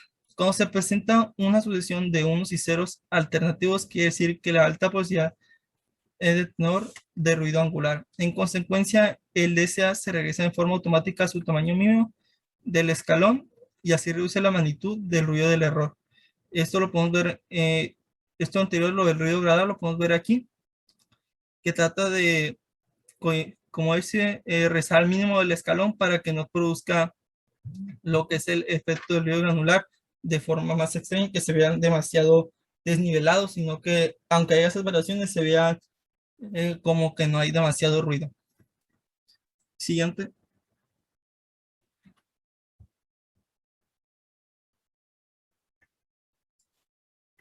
Pasando con el siguiente tema sería la emulación por código de impulsos de diferencial. A la hora de que estamos hablando de la emulación por código de pulsos diferenciales o DPCM, como se conoce por sus siglas en inglés, que es Differential Pulse Code Modulation, esto se diseña para, en forma específica, para aprovechar las redundancias entre una muestra y la muestra subsecuente en formas de onda característica de la voz. En los DPCM, la diferencia de amplitudes de dos muestras sucesivas es la que se transmite y no la muestra real en dado caso. Como el intervalo de diferencias entre muestras suele ser menor que las muestras individuales, se requieren menos bits para el DPCM que en los casos del PCM convencional. En la figura 21 vemos el diagrama simplificado de bloques de un transmisor DPCM en el cual la señal analógica de entrada se limita en una sola banda a la mitad de la frecuencia del muestreo. Esto después se compara con la señal acumulada anteriormente, esto en el diferenciador, y posteriormente a la salida de este es la diferencia entre las dos señales. Esta diferencia se codifica por PSM y posteriormente se transmite. El convertidor de analógico digital funciona igual que en un sistema de PSM convencional, por lo que suele usar la menor cantidad de bits por cada muestra que se tenga. Ahora del otro lado que tenemos lo que es un receptor de PSM, su diagrama de bloques. Cada muestra que se reciba se reconvierte a forma analógica y se guarda, y a continuación se suma a la siguiente muestra que se reciba posteriormente, después de la primera que se obtuvo. El receptor que podemos ver, la integración se hace sobre las señales analógicas, y aunque también se podría efectuar esto de forma digital, pero en este caso nos muestra de forma analógica. El siguiente.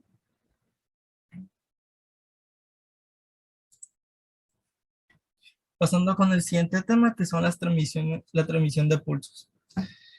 Todos los sistemas de portadora digital implican la transmisión de pulsos a través de un medio o por un lugar. Esto es con un ancho de banda finita. Un sistema muy selectivo necesitaría una gran cantidad de secciones filtrantes, lo cual no es algo que se pueda hacer útil, se puede decir. Esto hace que actualmente los sistemas digitales que se utilizan se usan generalmente filtros con con un ancho de banda aproximadamente de un tercio o más en el exceso del ancho de banda. Esto genera filtros con ancho de banda, como he mencionado, de un tercio. Esto lo podemos también determinar con el ancho de banda de Nist. En la figura 23 que tenemos los pulsos de impulso típico respuesta de un filtro de banda limitada, nos da a entender que cuando se aplica un pulso angosto a su entrada, se ve que al limitar la banda de un pulso, la energía de este se reparte en un tiempo bastante mayor en forma de lóbulos secundarios, que son lo que podemos ver aquí, que se ven al comienzo de la señal. Y estos lóbulos secundarios se llaman osciladores en los extremos, porque como podemos ver están en los dos lados en los dos hemisferios que se tienen dentro de la figura. Estos aspectos de frecuencia de salida que corresponde a un pulso rectangular se representa con una respuesta que sería de seno sobre X, y se calcula con la siguiente fórmula, donde omega es 2pi f, esto midiendo en radianes, y luego que sería igual a lo que sería el ancho de pulso, que sería medido en segundos. Y siguiente, por favor.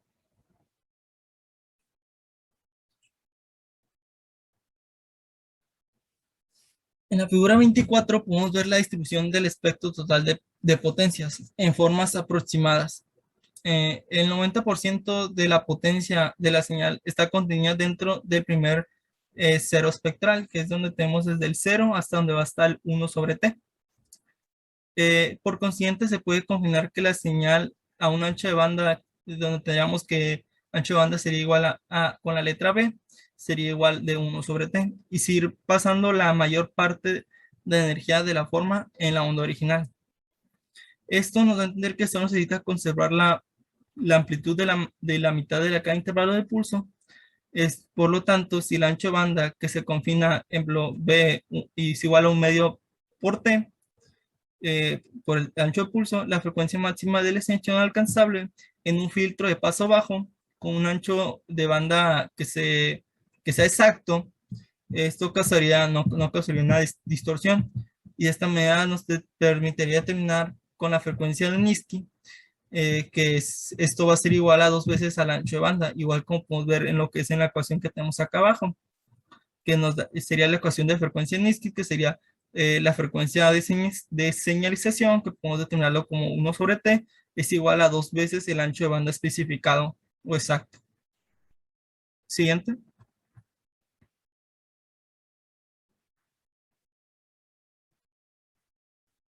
El siguiente subtema sería la interferencia entre símbolos.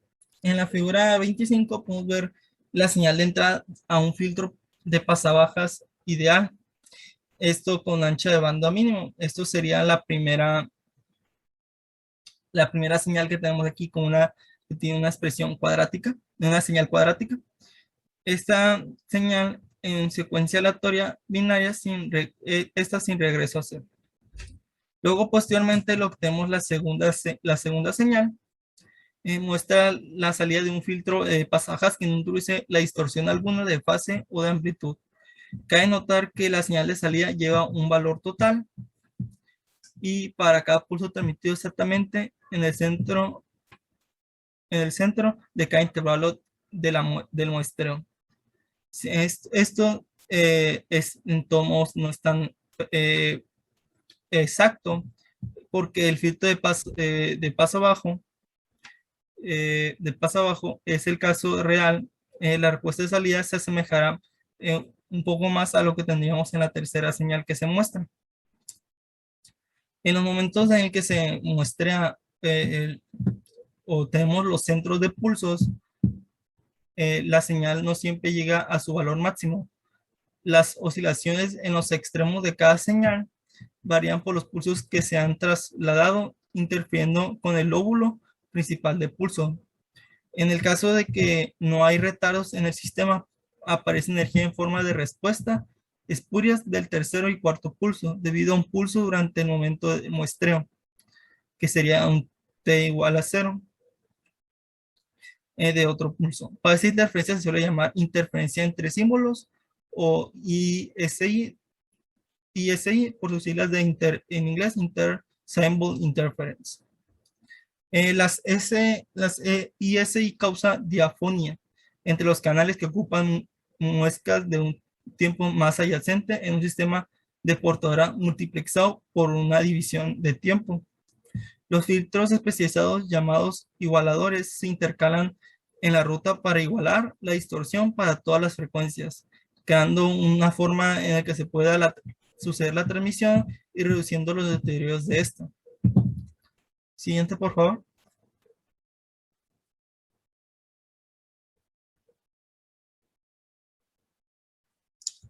Posteriormente tendremos los que son las 4 formas de interferencia principales de símbolos, que son las siguientes que podemos ver aquí. La primera sería la imprecisión en sintonía, que es que en los sistemas de transmisión digital, las inexactitudes de sincronización en el transmisor causan interferencia entre símbolos si la frecuencia de transmisión no se apega a la frecuencia de llamada o frecuencia de señalización diseñada para el canal de comunicaciones.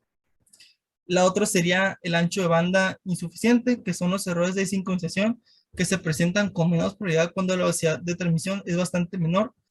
Esto con respectivo al ancho de banda del canal.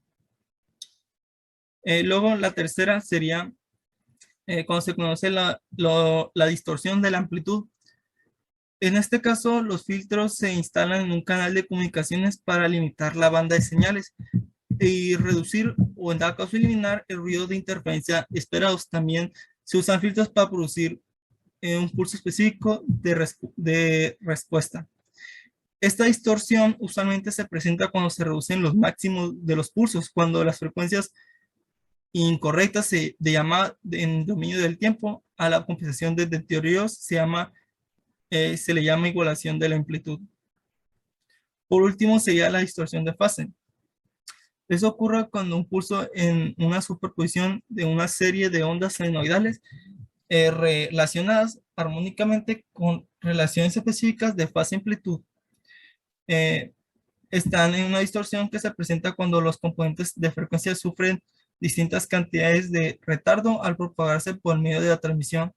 Esto en la trayectoria de la transmisión se instalan igualadores espaciales de demora para compensar los retardos que se surgen y reducir la distorsión de la fase. Estos igualadores de fase usualmente se pueden ajustar de forma manual o se pueden programar para ajustarse de ellos de forma automática a las diferentes condiciones o características que tenga nuestra transmisión. Siguiente.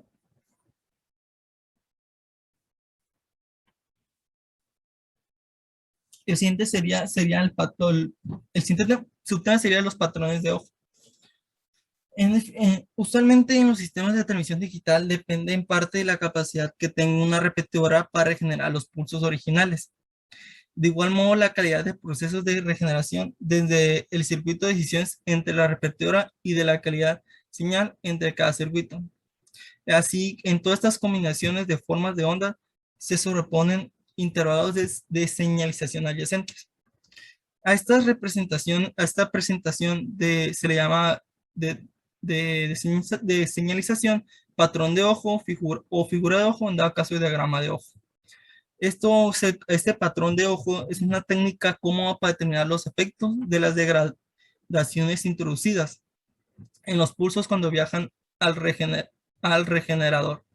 El aparato de prueba para mostrar un patrón de ojo se ve en la figura que tenemos acá abajo, la figura 26, donde la corriente de impulsos recibida se alimenta a la entrada vertical del osciloscopio, y esto posteriormente con el reloj de símbolos se conecta con la entrada de disparo externo, mientras que la frecuencia de barrio se ajusta precisamente a la frecuencia que tengamos en los símbolos.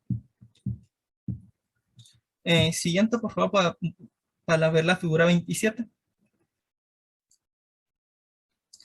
En la figura 27 podemos ver lo que es el diagrama de ojo.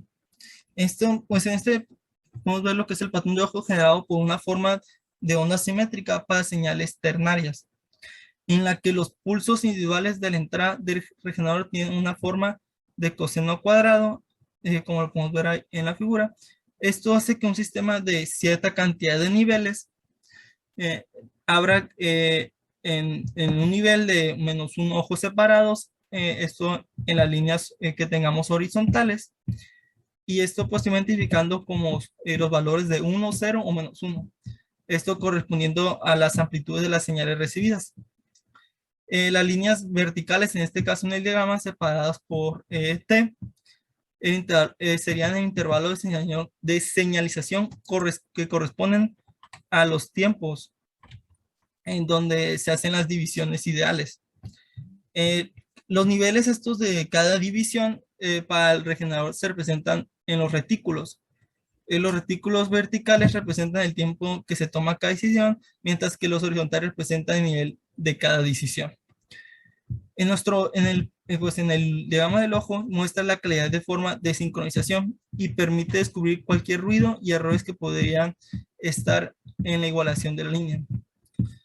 En el caso de la abertura del ojo, que es el área central que tendremos, que está en el diagrama, define una frontera dentro de la cual no pueden existir trayectorias de onda abajo de cualquier condición de patrón de código. La abertura del ojo es una función de la cantidad de niveles de código que existen. Y esta sería la interferencia entre símbolos causada por las oscilaciones en los extremos de cualquier pulso anterior o posterior. Para que no haya errores, la secuencia de pulsos de ojo debe estar abierto. Esto da a entender que debe existir un área de decisión, y las retículas, que son la parte de aquí, tenemos retículas de nivel de decisión que están justo en el centro también. Nos permite que en el centro, el momento de muestreo de la abertura de más o menos, que es lo que indica solo una degradación de los IS menor debido a las imperfecciones del filtrado. En el caso de una pequeña degradación, se debe a las características no ideales de la amplitud y de la fase de Nistl del sistema de transmisión. En el caso de que la degradación de ISI se puede determinar con la ecuación que tenemos acá abajo, donde tenemos que es ISI es igual a 20 logaritmo de abertura vertical degradada sobre esto, la abertura vertical ideal.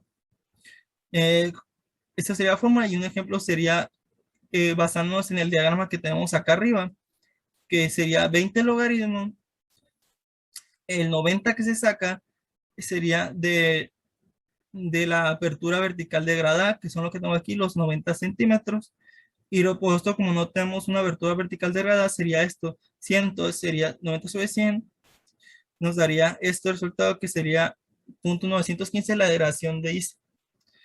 Con esto, relacionando a la figura 27, el patrón de las señales trasladadas no cruza las líneas horizontales de 0, esto en los múltiplos exactos del reloj de los símbolos. Esto es una degradación llamada inestabilidad o transición de datos. En este caso, esta inestabilidad que obtuvimos tiene efectos sobre el circuito de recuperación de la sincronía de símbolos. Y en el caso que esta sea demasiada, puede degradar de forma importante la eficiencia de las sesiones recreativas. Esto en una consecuencia en cascada. Siguiente, por favor. Por el último tema sería las potencias de señales digitales binarias. Como conocemos en las señales digitales binarias se pueden originar una gran cantidad de tipos distintos de fuente de datos. Es posible pronosticar cuáles pautas o secuencias de dichos bits van a presentarse con mayor probabilidad durante determinado periodo en un sistema. Entonces, esto se puede promediar o se puede calcular la potencia para toda la duración de un mensaje y se puede modelar la señal como consecuencia continua de unos y ceros alterados. Esto lo podemos ver en la figura 28 que nos muestra lo que son las señales digitales binarias. Nos muestran los que son pulsos de forma rectangular con relación al ancho de pulso a una duración de lo que tendríamos de pulso de pi sobre t. Esto sería menor a 0.5 en el caso de la parte de arriba. Y en la parte de arriba muestra una corriente de pulsos de onda, en la parte de abajo muestra una corriente de pulso cuadrado con relación de t de pi sobre t igual a 0.5. En el caso que la potencia, se quiera calcular la potencia normalizada para la señal, se calcula con la siguiente, la fórmula principal sería esta que tenemos aquí, donde tenemos los límites y la integral. En esta siendo la delta t el periodo de integración, y si en paréntesis t es una señal periódica con un periodo de t y 0. Si posteriormente esta ecuación donde tenemos la integral se reduce, esto teniendo en consideración si los pulsos rectangulares de la amplitud de b y de la relación de pi sobre t comienzan teniendo un valor de t igual a 0, entonces tendríamos los siguientes parámetros que se ven al lado izquierdo de la fórmula. Esto pues contemplando con la ecuación que tenemos aquí, nos daría que esta ecuación de la potencia normalizada pasaría a esta forma reducida que se tiene posteriormente. Ya que en algunos casos el valor de RMS efectivo de una onda periódica se calcula de la siguiente manera, de P igual a BRMS al cuadrado sobre R. El voltaje de RMS en un pulso rectangular sería con la siguiente fórmula que tenemos aquí abajo. Y siguiente, por favor. Por conclusión, pues totalmente las comunicaciones digitales han ido avanzando de una manera demasiado acelerada, que usualmente todo lo que tenemos de nuestros aparatos son digitales y dentro de, pues, de nuestros aparatos que nos permiten comunicarnos entre nosotros, nos otorgan bastante ventajas a la forma de ser más eficientes y tener mayor eficacia entre ellos. Esto sería todo. Siguiente, por favor. Y pues bien, profe, por nuestra parte creo que esto sería todo. Aquí están las referencias de donde nos basamos para hacer lo que es nuestro ensayo. Nos basamos tanto en el libro como en una fuente externa en internet. Y pues bien, profe, por nuestra parte creo que esto sería todo. Va a quedar otro video muy largo otra vez. Pero pues bueno, profe, muchas gracias por la atención. Muchas gracias por su atención, profe.